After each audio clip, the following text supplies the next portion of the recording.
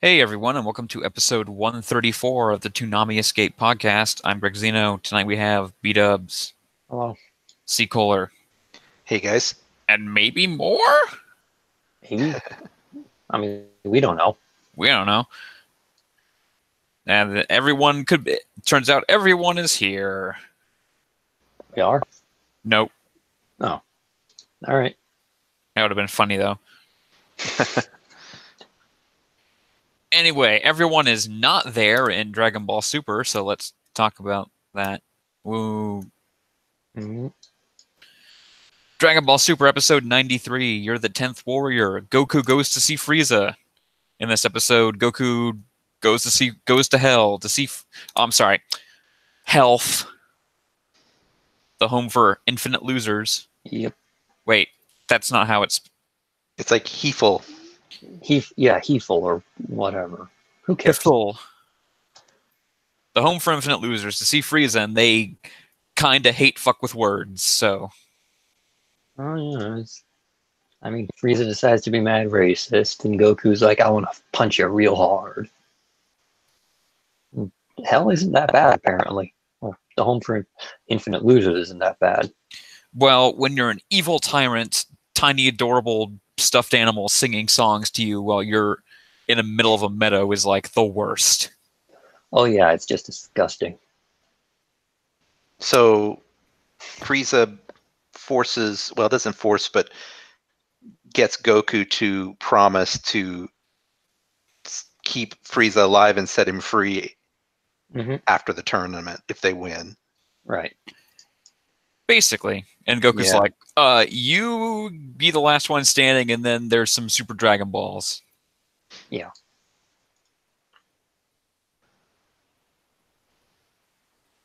But then it's like, no, dude, you can use regular ass Dragon Balls.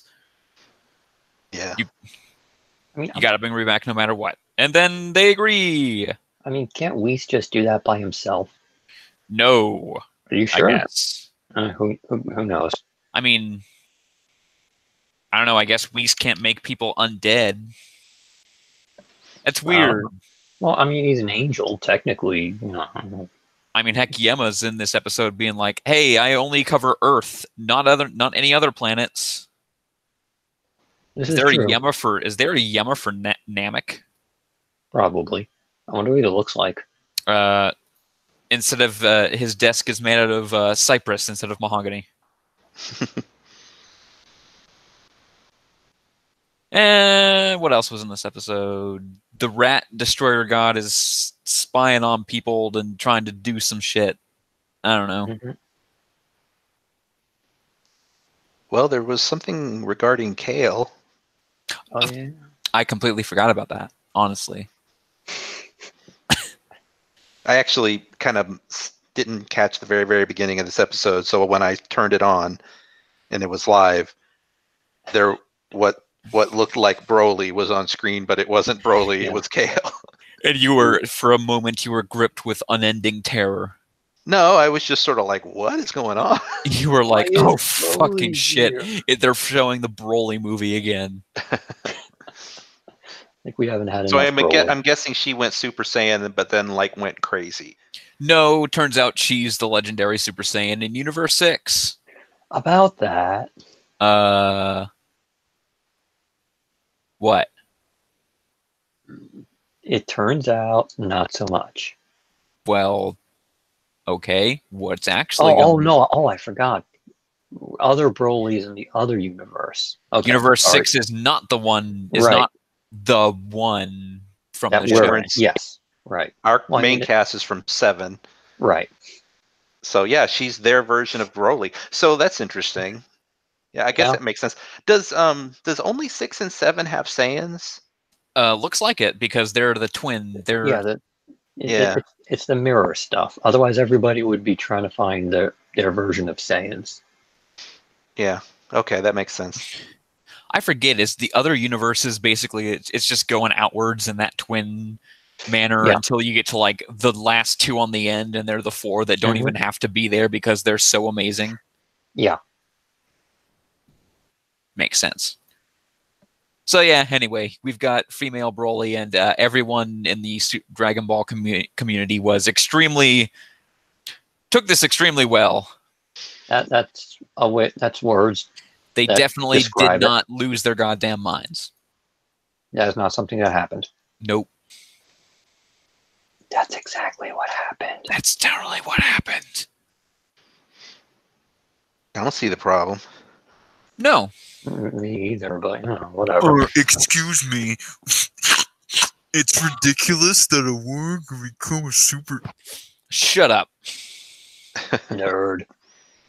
Nerd. I mean, like, people have been clamoring for female Saiyans for like ever, right? Some people. That's what I always thought. I thought people were like, where are the female Saiyans? Yes, but they didn't actually want them to matter. Whatever. So. Anyway, I think it's pretty cool. So yeah. So I guess Caulifla is like going to the tournament, and I guess maybe Kale is now too, because she can do this. I think it's interesting because I kind of was expecting Caulifla to be like the super powerful Saiyan from their universe. Well, no, of course it's the quiet one. It's always the quiet one. Like the demure one. Yeah. Broly was pretty quiet too. Until he wasn't. Until he wasn't. Rip Vic Mignogna. Anyway, do we want to do Boruto? You kind of have to. Boruto, episode 13. The Demon Beast appears. What? It was the class rep. What? What do you mean after the incredibly obvious forced-in backstory flashback from last episode? Even though it was pretty telegraphed, it was her. I still liked how this episode dealt with it. It was fine. Mm-hmm. So, her father was another one of those Foundation losers, and now he was mad, so he did a thing I'm pretty sure a bunch of people did in Naruto filler, and stuck a thing on her back, and now it's like, this thing's on my back. Well, it's not just that, it's also like she's been conditioned for a long time to hate the Leaf Village. But she lives there. I'm going to go out of my way and say, I don't know necessarily, but I'm going to bet she doesn't actually hate it. No, yeah, I don't think she's going to be a bad guy. I mean, I hope not, because I think she's a cool character. But, and for the record, I don't think she may have moved to the Leaf Village, but they made a point in the episode to say that, like, she was accepted to the academy, even though she didn't have, like, all her background credentials and stuff. Yeah. Well, I just thought that meant that you have to have, like, to get into the academy from the village. Oh, well, maybe. I took it to mean, like, she had come to the village and then wanted to be in the academy, but they couldn't find any information about where she came from very well, except for her mother or something like that. I can't really remember. Who can? So, was this the first episode with Kakashi? Yes. Yes, it was. And I don't know why I expected Kakashi to be like fucking gray as shit and old, but I mean, of course, this is only like what 10-something years after Naruto Shippuden, and Kakashi wasn't exactly. Kakashi was like 30 something. Yeah. Yeah, he was. I feel like he was more like mid-20s. Kakashi was not. Hold on. No, he would want to be at least 30 because, like we saw him as like a teenager under the 4th when he was like in Naruto's level. Well, that was like 14. And then when that was pre-Naruto period. Yeah.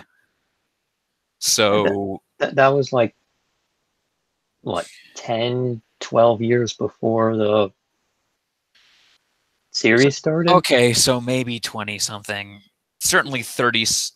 Yeah, I mean, he's around, somewhere around 30. Yeah. Give or take a year or two. I just remember just because the whole thing, it ends up he's there for like a year, and then it's like, okay, Naruto's ready, goodbye. Yeah, he doesn't want to deal with that shit. I thought it's like, oh, I'm old now, so I give it to Naruto. No, it's like I'm 35. I'm a bench warmer. But yeah, he comes back looking and sounding identical, and it is kind of like, wait, hasn't a lot of time passed? And it's, I guess, when you're that age, you're not going to look or sound that different anyway. So bad. And he always had gray hair anyway. Yeah. I mean, he doesn't have a magic eyeball anymore. So, spoilers. I bet Tsunade is actually ancient now, though. Well, I mean, she never looked ancient. I bet she can't even keep that illusion anymore, though. I'd actually like to see that. I don't know that she appears in Boruto. That would be a little disappointing. I mean, it's not like she's dead or anything. No, but yeah, that would be interesting if she did. I feel like it hasn't happened yet. If it is going to at all. Anyway, Kakashi can still kick ass. He just goes, check this shit out. Here's some tail cutting action and some walls. So, yeah, I liked the ending scene too, where Boruto and Mitsuki meet up with the class rep, and they have like a little duel there. The animation was really good in that sequence, and some of the little things I liked was, Boruto tries to use a shadow clone because he's captured by a clone of Sai. And so he tries to use shadow clones to get himself free, and he does, but like it kind of shows that he's still kind of learning and stuff, because one of his shadow clones like actually like slaps him right in the face to get him free. And it was just like it was kind of neat. It was kind of like a fun moment where it's just like you get that like he can use shadow clones, but he's not a real good ninja yet, and so he's kind of using it wrong. And I thought that was really well done. And then like I liked this, the class rep's like character, like how she's being portrayed now, because she clearly has skill and she was just hiding it all along. I mean, I don't know. I thought the end of the episode in particular was just really strong. Mitsuki's also here being like, oh, I definitely don't work for Orochimaru. Here's a snake. I'm made out of snakes. What? Orochimaru? Who's that? Nope, that is not something that happened.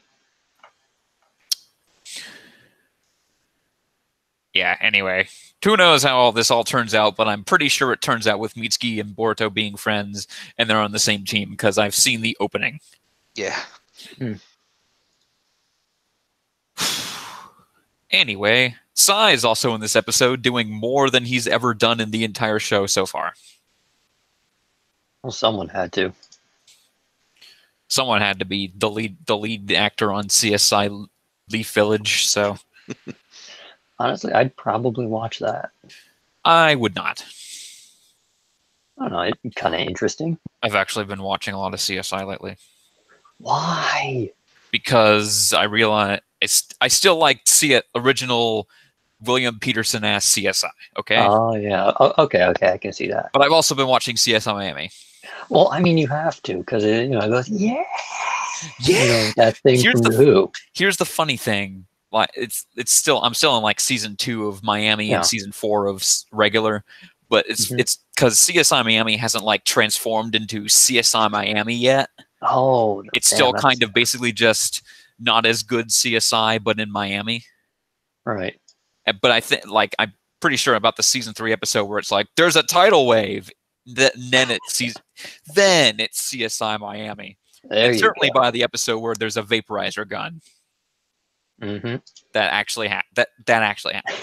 That did not happen. No, it's called Gorillas in the Mist. There's a super secret high-tech prototype weapon that vaporizes people. I'm dead serious. That is awesome. No wonder people like that show. I'm like, that makes perfect sense. I would watch that. It's also funny how David Caruso starts every sign he has to say a line. He has to start by looking at the ground, and when he finishes the line, looks back at the ground.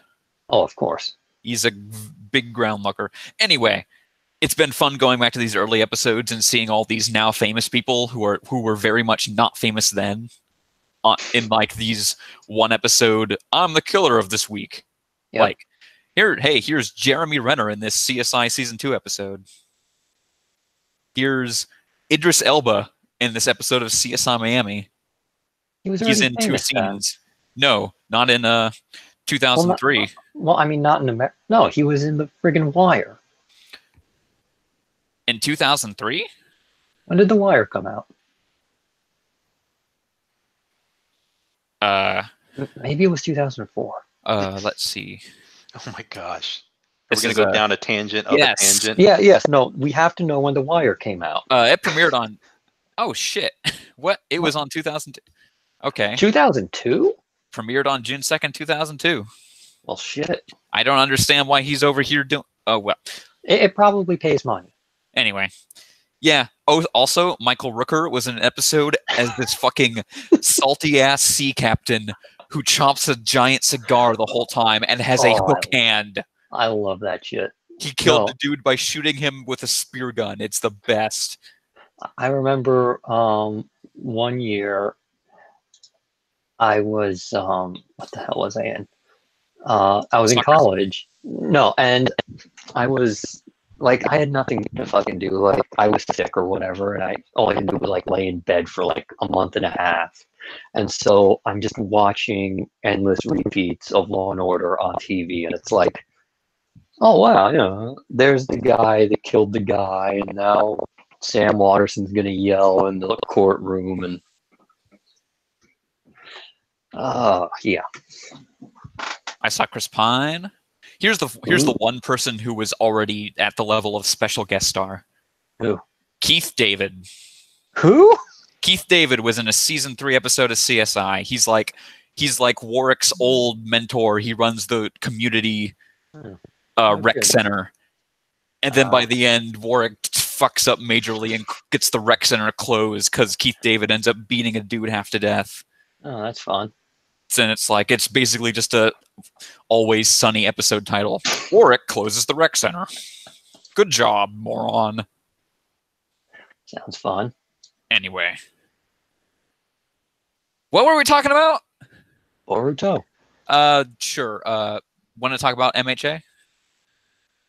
Please. Yeah, okay. I mean, we can. My Hero Academia, episode 32, Everyone's Internships. In this episode, do you like Froppy? She's all right. Yeah. Well, guess what? Here's an entire episode about Froppy and kind of some other people. Somebody in the forum said that these filler characters actually were like Horikoshi kind of provided them. Yeah, they were. I mean, it happens.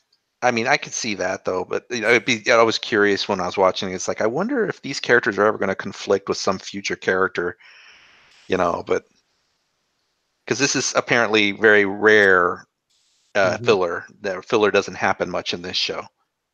Well, I mean, it happens a little more as it goes on, but it's always just, you know, the other characters like showing what they're up to. Yeah, the season 3 has like 2. The first episode is the first episode is like, to explain to you that this is a recap episode to start the season, I will now introduce every single member of Class 1A and their quirk in a row, just in case you didn't realize what episode you were watching. It's so blatant. Anyway, this episode, everyone's doing some stuff. Bakugo is scaring children on the street. I like that scene, actually. I mean, we got to see pretty much all of everybody with their mentors briefly. All the major characters. Yeah, we got like Uraraka learning like hand-to-hand knife combat from Gunhead guy. We got the girls with the supermodel hero. We got Kirishima and what's his face, you know, having to clean up, you know, trash in the park. Oh, you mean best name almost Tetsu? Yeah, Tetsu. Spoilers for Almost. the awards podcast, but He didn't win. No, but it's a good name. It is. and then But here's the main bulk of the episode is about Froppy's internship, where she's on like a kind of like boat that's captained by this hero guy who's like a seal. And I mean like literally, like he has the head of a seal. no, he is a seal. Basically, he's somebody's persona. Yeah. So, and they Yeah. and then it's basically, I don't know, what's a crime procedural involving the Coast Guard? Wait, there haven't been any. No. It's like Baywatch, maybe. Law and Order, International Waters. And they basically like go up against like a whole family of like octopus people. Yep. Basically. Yeah. And there's that one chick that looks like she has aquatic powers, but it's actually just a costume. Yeah. So her name was Silky. Right. No, her name was Sirius. Or Sirius. I'm sorry. Silky is the guy. is the dude. Yeah, the guy, Oh. the seal guy. Sirius, yeah, her. Why I so wrote serious? this one. Her quirk, which I had to write down because it was funny, is called Good Ear. It just means that she can like hear high frequency sounds. Somebody was like, I don't know, good ear. Close enough. I'm 2 days away from retirement. I don't give a shit. Yeah, I thought she might be like a merman or a mermaid or something because of those things on her ears, but those turn out to just be like communication devices. Yeah, no, that surprised me too. Yeah. Well, anyway. The one thing I want to mention though is that this episode kind of really, I mean, this has always been a thing, but I think in this episode in particular, it just stuck out to me that like if you lived in the world of My Hero Academia, like just walking down the street must be constantly just be like, what the heck? Like almost every person you see would be like you've never seen it before, Well, it wouldn't weirdo. because everything would. You'd be so used to. Oh, I guess that's new. That nothing would ever be like shocking. I imagine. Well, yeah, I get what you mean. I thought about that too, and I'm like, yeah, I'm sure they're used to the surprise. Like nobody's like freaking out all the time, but like in the back of their minds, they're just like, this is a guy with a seal's head. I've never seen that. That's a new one. It's got to be something weird every time you see. Like, here's a guy with a giant octopus face. I don't know. It just, and then what struck out to me is that at the end of the episode, the police show up to, take away the criminals, and Froppy's there, and then like this head police guy like shakes Froppy's hand, and he is the most ordinary looking guy I've ever seen in the show. Like just completely ordinary looking human dude. Well, I mean, lots of dudes without quirks just become the police. So right, exactly, and it made sense. But I was just like, he really stood out to me as not all being of them like can be McGruff the crime dog. Right. And it just made me think, it's like, man, it's like you're going to see a lot of people in the world that just look like this guy, just ordinary human. And then you're going to see lots of really weird stuff all the time, like slime monsters and, who knows, Just interesting. It was funny how they like used the octopus dude's like actual tentacles to like put them on like the steak. And it's just like, we're carrying him off like we're gonna cook him for dinner. Someone has to cook him for dinner. He went too deep into the Amazon. I don't even know what they were doing that was illegal. Who knows? They were stealing cargo. Oh, okay. And shit. Okay. All right. Oh, yeah, and the whole thing about the episode was that, like, Froppy wasn't sure if she should, give into the demands or follow the Silky guy's instructions, and then she finally just, she sticks to the plan, and then this is like the heroic thing she did. Oh no, what do you mean you didn't sell out your friends? Yeah. Impossible. Well, it would have been like he was telling her, like, if you don't say this, I'm going to hurt this girl. And so it's like, it's a hard decision because, she knows that that girl's going to get hurt. But then she says she doesn't do it, and then he doesn't really do anything. Yeah, he just gets mad. Yeah, He's just throws like, her ah, down. great, now I have to run. I was totally bluffing. He's I'm a actually a freaking wuss. sweetheart.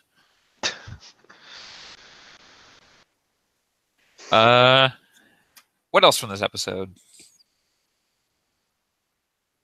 Nothing. That's all. I can't really remember anything else. That was basically it. Earphones girl actually got to do stuff. Oh yeah, wow. what was she? Oh yeah, she was like, there was like a hostage situation. Yeah, or it was like something. a hostage situation. It's like everyone else. Here's Kirishima picking up trash. Here's, here's Momo being stuck with commercials all day.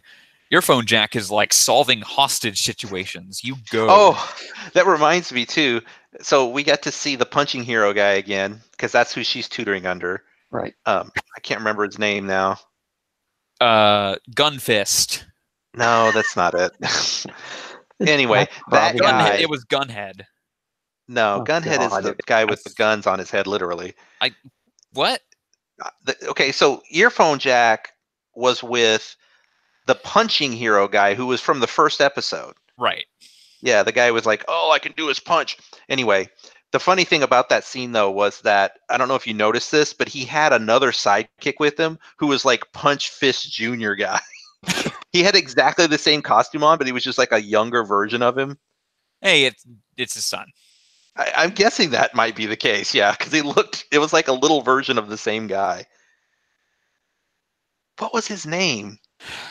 Doomfist. No, it actually was a dumb name. Punch No. Rockgroin. Gristle McThornbody. I used to memorize that guy's name. Slapjaw. Here, I'm gonna find out. Big McLarge Huge. No, that's not obvious enough. His name is Slate Ironjaw. No, that's a name. Come on. I know you're just kidding with that last one, but that one's good. I like that. Dude, have you not seen the MST3K Space Mutiny episode? No, I Okay, have not. that's my that's God. a really good episode. That's the funniest when they're doing the tough guy names. We put our faith in Blast Hard Cheese. B-Dub, stop what you're doing and watch that episode right now. We'll wait. I'm doing. Oh, this here right it is. now. His name was Death Arms. There you go. Oh, man. Actually, his name wasn't as bad as I thought, but okay, Death Arms. I honestly expected it to be worse. Anyway, Mob Psycho? Mob Psycho. Mob Psycho 100, Episode 9, Claw, 7th Division. In this episode, Mob and Teru just kind of fuck up some dudes. It's hilarious how all these Claw dudes are like introduced as like, ooh, we're really intimidating. And then Mob turns them into a ping pong ball. Oh, yeah. Everyone's really intimidating until they meet Mob, and then they just get wrecked. Just immediately. Also, there's this dude whose face is a giant earlobe, and... Oh, yeah. And some other dude who's designed is kind of racist? Just a little bit. Maybe a little bit. But, yeah. And dude in gas mask. That guy's Yeah. a little weird. He sounds kind of like a girl. It would not surprise me. It's a childish voice for sure. Yeah. But this was a really good episode. Again, this was one of those ones where I wasn't even reading the chat or the forums because I was just so glued to the episode. Mm-hmm.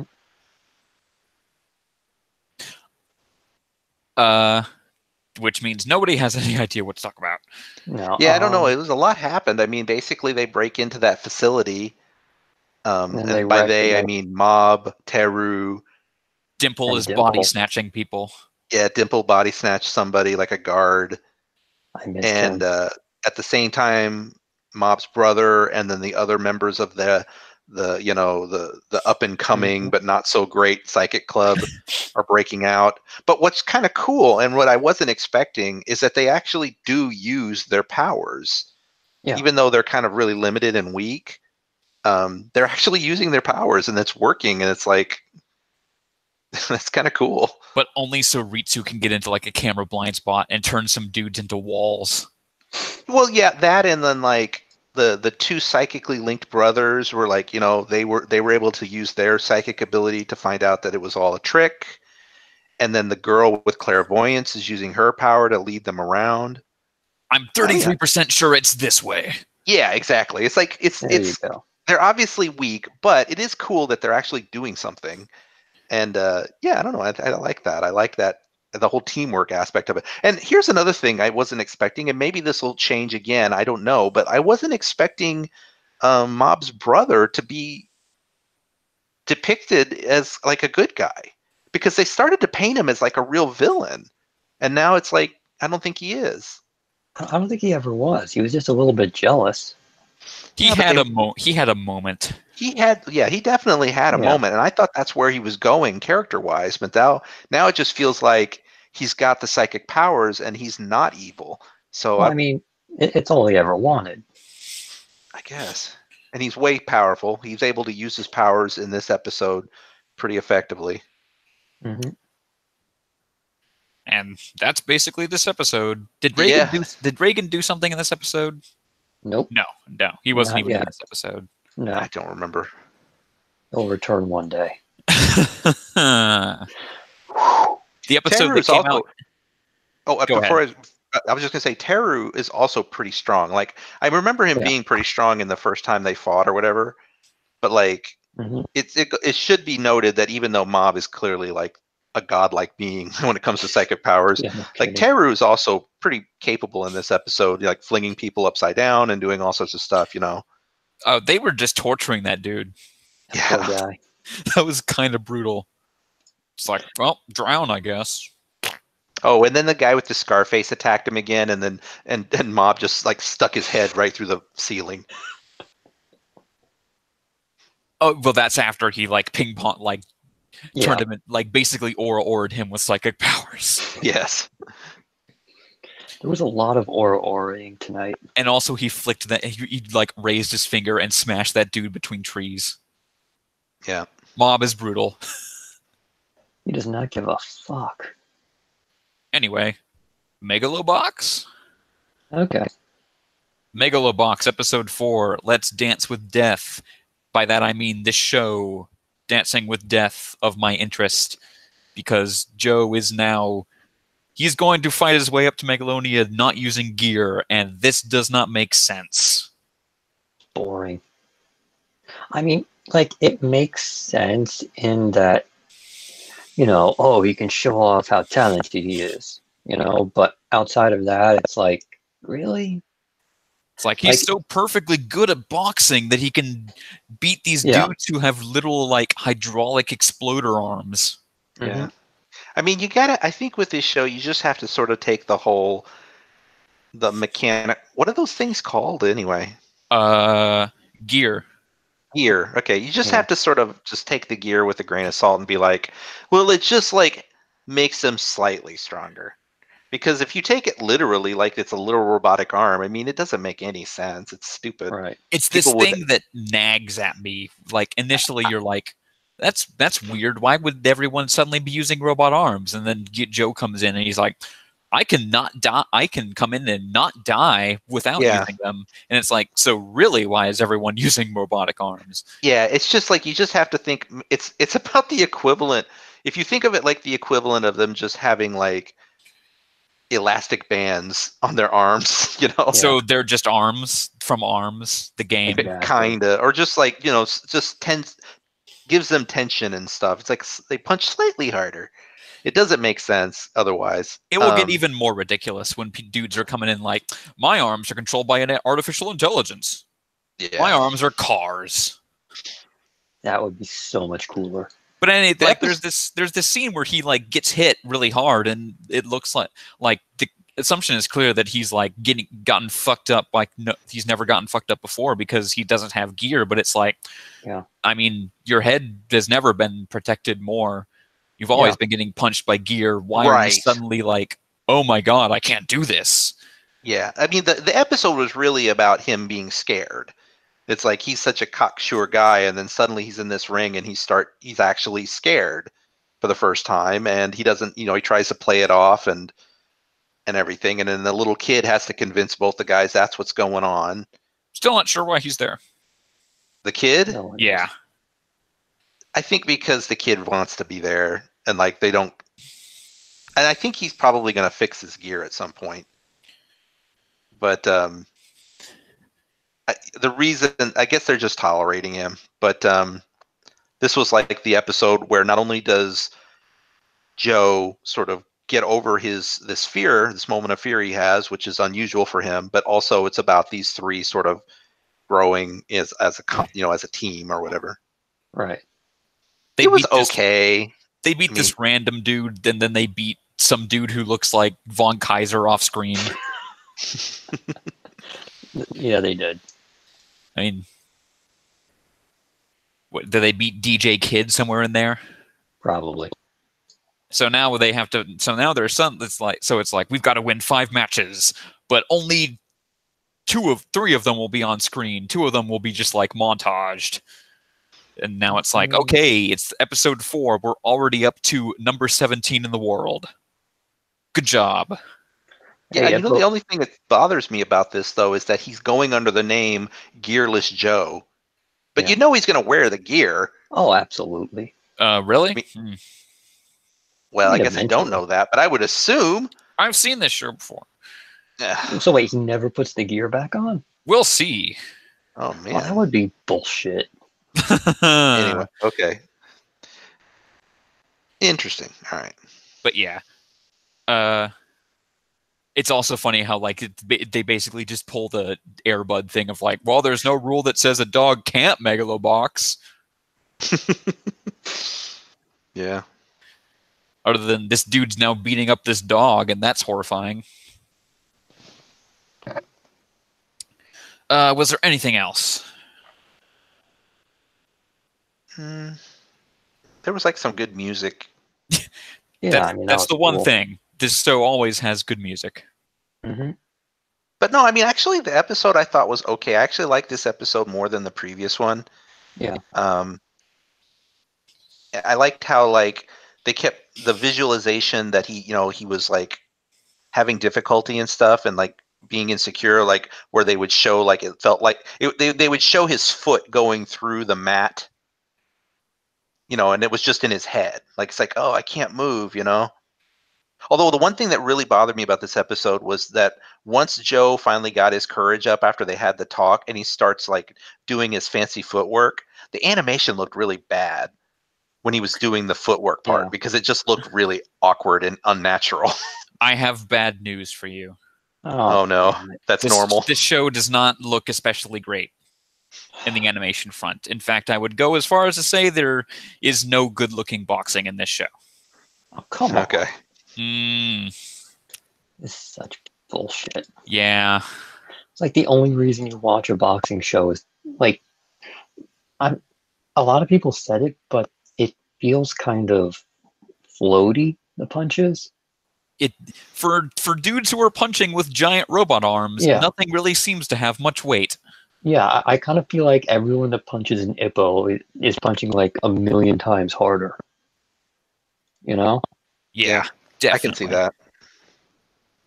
Because it's like every time someone gets hit in that show, like their face gets rocked and everything explodes, and a lot of the fights kind of look like practice bouts where they're not really trying to punch, they're just kind of punching the other guy's gloves, and it's like, we're practicing.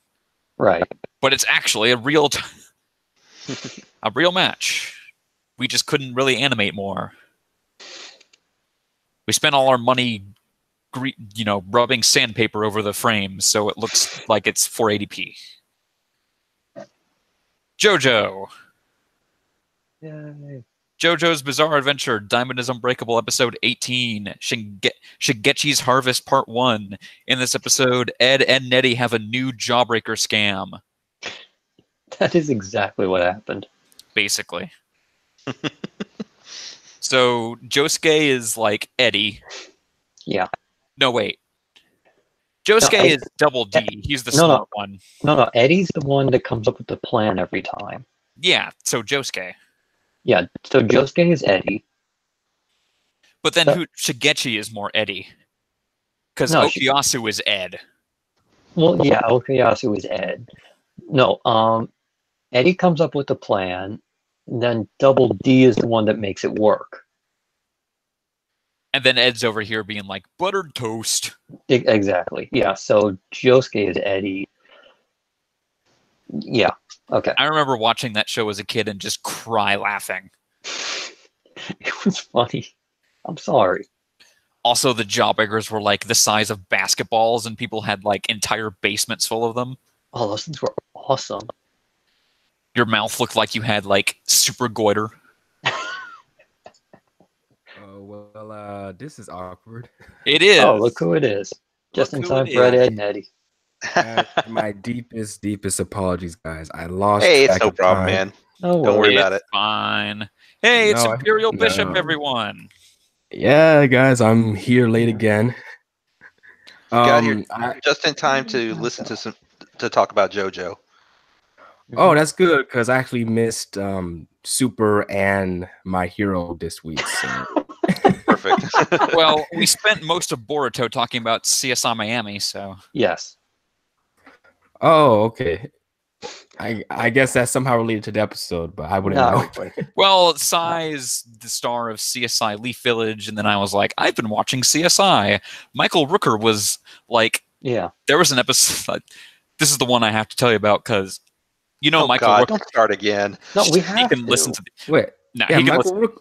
Yeah, is he the guy who always takes off his glasses? I have never watched an episode. That is of CSI. David Caruso. That's I'm just talking about the Michael Rooker, Yondu. Yeah. Oh, you yes. can't talk shit about no Yondu. He's in one episode, and he's a like super salty sea captain who chomps huge cigars and has a hook hand, and it's the best. Well, I mean, it's Yondu. He's awesome. Wait, I'm a little bit confused. He's in Boruto or is he in CSI Miami? Yes, he's in CSI Miami, and also okay. I was gonna say, how did Viz get Michael Rooker? Boruto gets weird. It does. Okay, I know who you're talking about now, Michael Rooker. Listen, I've never seen an episode of CSI, any of the CSIs. Sue me. No, I haven't either. That's not. I'm spewing my bullshit here. Anyway, JoJo. So yeah, they run. Josuke is running around town being extremely mad because his grandpa spent all his money on baby shit. Well, no, then Joseph paid him back, and then he spent all his money on random shit. Oh, so this is why you don't give people bulk. Yeah. Because then they think they have a ton of cash, and they're like, "Oh, I can just spend all of this." Oh no, now I have none of this. Oh, right. That's so relevant to me right now. I know. I can Especially coming off the holidays. So he's wandering around just wishing he had more money when suddenly some little weird gremlins are running around with 1 yen coins. So, yep. And then here's Okuyasu doing that fucking gif where he's running down the street. Woo! Oh man, I love this. He's like running at like 60 miles an hour. Part 4 is good. It is so good, so good. Anyway, I forgot how much I love this episode too. Yeah, they meet the Shigechi. Sorry, I was just gonna say it was really funny, like especially like all the goofy like Josuke faces. Oh my god, yeah. And Okuyasu's face too. Yeah. When he finds out he's got a winning ticket, he's just on the ground. Yeah, I think this is the episode. Someone said this is the episode where most of the Part 4 memes are from. So, yep. Yes, we did it! Yeah! Just fireworks in the sky. It's not even night. There's not even fireworks. Yep. Wait, someone in the thread said, how much did he win? 5 million yen, and that equates to like over a little $5,000. over 100,000. Yeah, like No, it's like $5,000. I Yeah. think the conversion rate somewhere around 1 cent equals 1 yen. it's that low. I thought it was maybe Yeah. in the No. in like 50,000, 10,000. It's 50,000. Oh, it is. No, I thought it was 5,000, not 50. All right.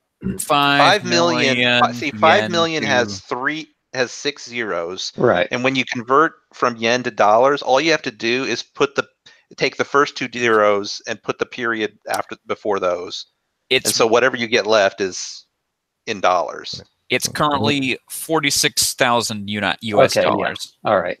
Well, let me just use my Stan Google currency conversion. That's okay. Well, that's a lot of money still for teenagers. That's a lot Oh, of money. In 1999, Oh yeah, I forget. I keep forgetting it takes place in the 1999. Yeah, that's a lot of money. Wait, it's actually 99? Yeah. I don't know how to read these graphs. Fuck this. I just don't remember them ever saying exactly what year it is in that show. Okay, here it is. So over the course of 1999, well, it kind of went about, kind of at the peak. It was $1 was 120 yen in 1999. So 5 million yen. That's something. 45,000 or something. So kind of. And this isn't this like recently after the 90s crash in Japan, the economic crash in the 90s. I think so. Yeah, mid 90s was when that happened. Mm-hmm. Yeah. Yeah, so I guess the value of the yen is a little bit lower after that. So, well, you guys are talking about this. I have not seen this show, but I have like real good faith that he did not win the lottery, and that they're pulling a fast one over this kid. No, that's a real winning lottery ticket. Seriously? Yep. Are you joking? yeah, I'm not joking. No, it's a real. Yeah, it's real. Ain't that some shit? What the hell? Harvest is good No kidding. for getting yourself I think money. The fact that Okuyasu is like celebrating and he's an idiot, so See, I thought that was all an act, though. I thought because right before that they have this scene where they're like, because the kid turns out to be like he's a nice kid, but then he starts getting real cocky. The second he gets money, he's like, "Hey, sweet cheeks, want to have a?" Yeah, and then he's like, "Who are you punks? Oh, I guess I give you like $10. Here you go." Anyway. Yeah. Right after that, then the Okuyasu and Josuke have like a little secret, and they're like, "Hey, we got to show this kid, let's show him how adults, deal with situations like this, right?" And so they're gonna like trick this kid or do something to this kid, and then the very next scene, Okuyasu's winning the lottery, and I'm thinking, "Oh, this has got to be a setup." Yeah. Yeah, it seems like a setup. I guess, yeah. I almost forgot about that. Yeah, it does kind of seem like a setup, but it's legit. Yeah, it's legit. It's for real. It's crazy. And I guess someone has to mention the Ed and Eddie similarities. Oh, they were just talking about that. We were trying to determine who matched up with who before you came on. Yeah. I guess we determined that Josuke is Eddie. Yeah. The kid would be Double D because he's the nerd, and then the muscle would be Okuyasu. Okuyasu's over here saying buttered toast. Exactly. Yeah. Yeah, actually, Koichi kind of matched up a little bit with Double D, but he's not in this episode, so Yeah, if it was Josuke, Okuyasu, and Koichi, then you have perfect analogs. And let's see. I think Araki wrote this part in the early 90s, so this was way before Ed and Eddie came on air. Yeah, apparently this is the Ed and Eddie's 20th anniversary year. Well, I feel old. Yep. Newsflash, you're old, and you're gonna die soon. I did like how at the beginning of this episode, though, they were like the narrators like giving a recap about the murders that have been going on, and then we even see, I don't remember her name, but the girl and her dog. Raimi, and Yeah. Alexander, I think? Arnold. Yeah. Arnold. Okay, I'm thinking of someone else. So they're like standing there. I like that. I guess because I didn't think she would really be like a recurring character or anything. I'm sorry. Alexander's the name of Nina's dog. Oops. Oh no! You bastard. You shithead! Oh, Aniplex just announced Aniplex announced like a new Brotherhood box, Blu-ray box set. It's like $400. Nope, I'm good. I'll pass. Thank God I still have the cheap one from Funimation. Well, same here. Those are probably not cheap anymore or available. Yeah, seriously. But just some of my final thoughts on this episode. I love the humor, and I forgot how funny this episode was. The joke just hit so well in the dub too. Yeah, it's a really funny, good episode. I have to admit though, I hate this kid, like as a character. I don't know. He's a pure boy. I mean, okay, he's kind of He's not. When he gets money, he gets a little but he's also he's just I don't know. I just don't like this kind of character, I guess, because he's just like really I don't know. He's just annoying. But I mean, it's okay. But I don't know. Oh, you're my friend. I have friends. Yeah. But it was really funny, and mostly the funniest parts to me were like these ridiculous reaction faces that Josuke and Okuyasu were giving. Like there was just some shots in this episode that were just so goofy looking. It was make everybody happy. Yep. Josuke crazy. Yeah. Before we move on, Bishop, any thoughts about other shows that we've already talked about? Okay, the only show I caught Mob, JoJo, and I guess Black Clover and Hunter x Hunter. Was there another show in between I missed? Megalobox? Yeah, Megalobox. Wow. Yeah. So just those 5 shows. Do you guys already talk about Mob Psycho? Yeah. Yep. Okay, well, it's not much to talk about the episodes. It's really good. It's a fun episode, but I'm pretty sure you guys already went over it, so yeah. Yeah, we were kind of like, man, it was good. Okay, moving on. Mm-hmm. So, I guess now we have to talk about Black Clover. I mean, we could skip it. No. Black Clover, episode 52, Whoever's Strongest Wins. What an episode title. So interesting. That's the most shoninest title ever. It is. In this episode, definitely not bad guy man, just jizzes a tree into the middle of the city. I thought he was supposed to protect the city, not destroy the whole city. Nope, he's gonna destroy it. And I can't deal with Meatball Dude. I mean, he's voiced by what's his name? Chris Rager? Chris Rager? Chris Rager. Oh, why I say Rager? Yeah, he's voiced by Chris Rager, so it's like that's one point. So he's nice to listen to, but the character's just like he's just phoning it in. I feel like he's phoning it in. Mm-hmm. And then Smoke Guy gets fucked up by some kid who's an asshole who has space stuff. And I forgot that guy existed. Like, wait, haven't we seen him before in the dungeon arc? Oh yeah. I was talking about Mucus. God, that dude with the top hat can control Mucus, and it's the grossest fucking thing of all time. Mucus creation, man. Oh my god. No, I just ate. That was a good idea. Yeah, I actually don't remember the Smoke Guy either, but I mean, I know enough to know that he was in the cave arc where they, were looking, and when the stupid golem thing appeared. I know he was around then, but I actually don't remember him being in that. Well, he had like a fight against like Asta and Luck and such. Yeah, I just don't remember it. Yeah. Were they? So he's the Smoke Guy who, at the end of this episode, like he's like, "I'm out," and then just like takes off. Fuck this! I'll create a cart out of smoke. See ya. That's the smartest thing he ever did. But I guess really the only notable thing about the episode is at the very end when Yami's like, "Hey, stupid face guy, take your mask off." Oh, Hey. Yami, not even Yami could save this episode. No one can save this episode. Stupid dumbass what's his face portal dude is still trying to hit on girls even in the middle of a national crisis. Someone has to.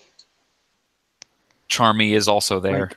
I forget why this is happening. So apparently they defeated Despair Man, and all of a sudden all the the Diamond Kingdom or whatever kingdom Yeah. is attacking. Remember when they were in the cave and they were fighting the dude who was the diamond golem? Which cave? The first The one. first cave. Yeah, that guy, Mars, right? Yeah, it's basically like the hidden mist. Mm-hmm. Yeah, this was my comment Oh, last okay. episode. Was just like these guys just. I don't know if it was last episode or when, but it was like these guys just pick now to just okay time a nation. Let's have a nation versus nation attack here. Yep. I don't even know why they don't like the Clover Kingdom. No one does. I don't know. Because they have Asta, so it's like we don't like Oh, Asta. Okay, that makes sense. I understand it. Well, they don't like the Clover. Who would like the Clover Kingdom? No one. But I mean, of course, the Diamond Kingdom is also like the Bloody Mist from Naruto, so they're not good Yeah. either. I'm just so indifferent. We all are. The crowd goes complete indifference. Aren't you guys really enjoying these scenes between Yuno and his little Tinkerbell fairy? No. Not at all. Oh, look, another harem member. It's time for The only good harem member is that glasses dude who is completely in the tank for Asta now. It's like, isn't this supposed to be like an ancient spirit? Yet she has the hots for this teenager. Yep. Yeah, she's like a wind spirit or something. Hey, yeah. she's basically a 1,000-year-old dragon who looks like she's 7. That's all this block needed. Is that in the show yet? It's definitely going to be in the show. It's in the show now. Is it? I don't know. Anyway. Hunter x Hunter. Yes. Hunter x Hunter episode 125. Great power and ultimate power, such as fuck you, the Buddha is muda-mudaing you to death. Like he's straight up E Honda. There's so much like aura in this arc. I mean, in this night, it's insane. Everyone gets aura. At the speed of light, by the way. Yeah. Like, this maybe didn't come across exactly, but every time he starts doing stuff, like, you can see how slowly the king is moving, and then it's like, this dude's punching him a million times at the speed of light. Yeah. Well, I don't know about the speed of light, but it's insanely fast. Yeah, it's like you could see like pieces of the ceiling falling and it's like moving real slowly, and then here comes this giant hand swoop, so it's pretty fast. Yeah, just the direction, the way it's all directed is so good. It's so amazing. The best. I mean, I know a bunch of stuff happened before that scene, but I can't remember it. It was a bunch of, like, basically Knuckle, Poof, Gon, P2. Oh yeah, and that scene, okay, yeah. Gon just sitting in his same spot. Yep. Which I've never seen. Like, I have to give props for making a boy sitting down so menacing and just so frightening. He's just sitting and staring. It's so scary because you don't know his what's gonna eyes happen. are like the way they're drawn. Yeah. When somebody pointed out that he kind of sits the same exact way as the king. Oh yeah, that's so good. Was that even intentional? I think it was. Maybe. Yeah, anyway, he's basically like, well, you fucked with me, so now it's T minus 10 minutes less to murder time. Yep. Other than that,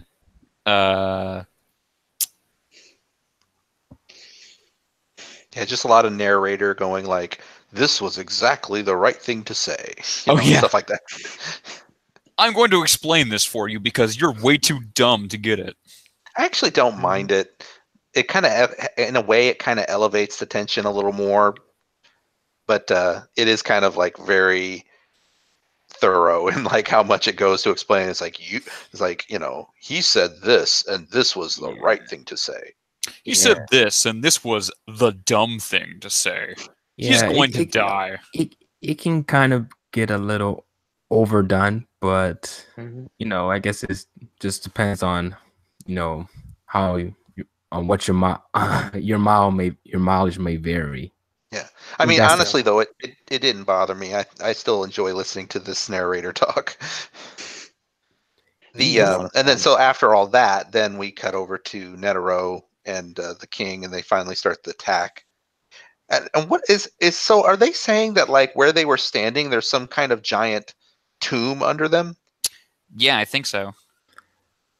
Yeah, so it's kind of hints that it was all their location was predetermined, like planned. Yeah, they planned to go to that exact spot. Yeah, Netero's like, "Do you know what this is? This is the tomb. This is your tomb." So it's like they planned to. That's why the dragon, whatever, took them there, probably. Right. Yeah. Okay, I'm going to be the one to say it. You guys can disagree with me, but the little heart thing at the end of the episode, I was like, "What?" That's the coolest shit. Everyone's saying it's cool, and I was thinking, "What? What is that?" I'm not going to say anything. All I'm going to say is it will make sense very soon. It just felt like I've never seen anyone ever do that who wasn't a cute anime girl. He felt like a cute anime girl in that moment. It'll make sense next episode. Okay. It's just really goofy looking. But yeah, it's other than the fact that I know it's tied into like the whole like thank you for being an opponent. Like, oh, finally an opponent that can actually challenge me. Anyway. Yeah. Was there anything else about this episode? Poof almost died. Because if he tried to attack Gon, he would have died. Well, he wouldn't because what was still there was mostly like not like a 10th of 15% of himself. Well, yeah, I meant his shell of a body would have died. Yeah. And Pito is just still pleading with Gon. And Gon's like, "You have 10 minutes. I will end you." Even Knuckle was like, "No, I'm not going to deal with this. No, that's too much." So yeah, Naruto Shippuden, Naruto. episode 232. The girls get together. I don't remember what happened in this episode. The girls went to the restaurant, and the boys were also at the restaurant, and that was it. I guess apparently 1010 was in this episode, from what I've heard. And that code breaker girl. Oh yeah, we haven't seen her in ages. She actually never shows up again. Well, like in the actual series, like outside of the filler, never again. Completely useless. Does not matter. Yep.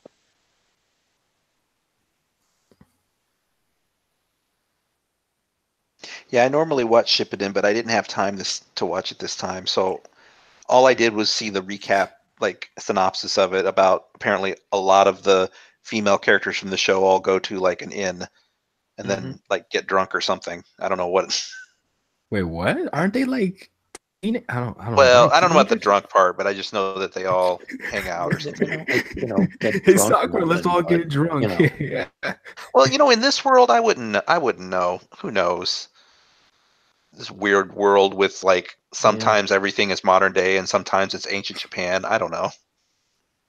Let's get on the internet. What? We have that? Okay. Don't they still have like headsets? They had headsets in one episode. I mean, they've had like. I'm gonna send you an owl message, and then when you get it, put that on the internet for me, please. we're trying to catch this cat, and to do so, we're using literal, actual like earpieces. But I need to send a message to the Leaf Village by Falcon. Yeah. I need to alert all of the 5 kingdoms about this huge world event. So let's send 6 ninjas across the country. But while you're doing that, I'm just going to make a live broadcast on television. Yes. Which is an actual thing that happened, by the way. It's so stupid. Oh my. Oh, like it's a ninja TV. Yeah.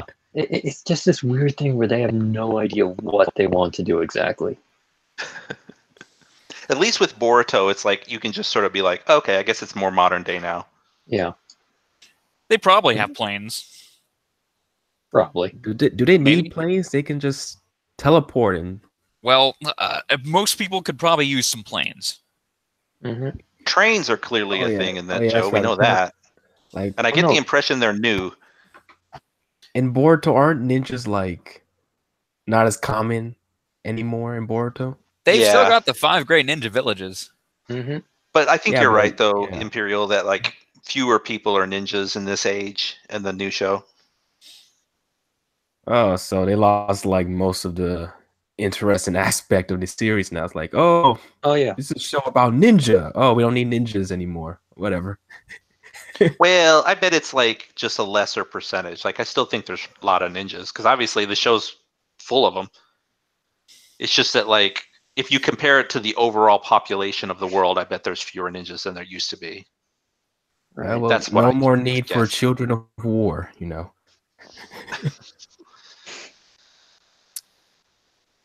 So yeah, we actually have nothing to say about this episode of Naruto. I mean, it exists. People got drunk. Tsunade showed up and flirted with Hinata. I don't know. It was weird and The best inappropriate. thing about this episode, which I didn't see, is that it's near the back of the block. Mm-hmm. Yeah. At least it wasn't a pirate. Oh God. Oh yeah, they were. Oh yeah, I forgot the Naruto One Piece crossover filler a few weeks Yeah. ago. It's been like 3 episodes of it at this point. Mm-hmm.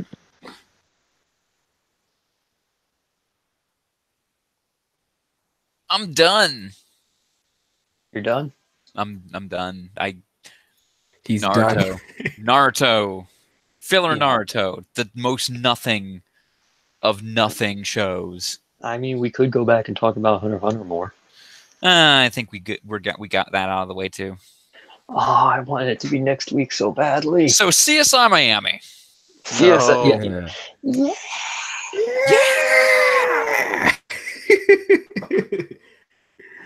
Yeah. Oh, next week's gonna be so good too. I think. Yeah, next week should be a really Yeah. good week. Next week's Well, Hunter x guess Hunter is gonna what? be something. There's Yes. not going to be an episode next week because I'm going to be at Disney World. So Oh, wow. Oh, have We'll just fun, record but from Disney World. They have free Wi-Fi. you're gonna miss out. well, so we'll see you guys in 2 weeks Mm-hmm. to cover 2 episodes or 2 weeks of Toonami. Insane. It's gonna be some shit. Insane in the membrane.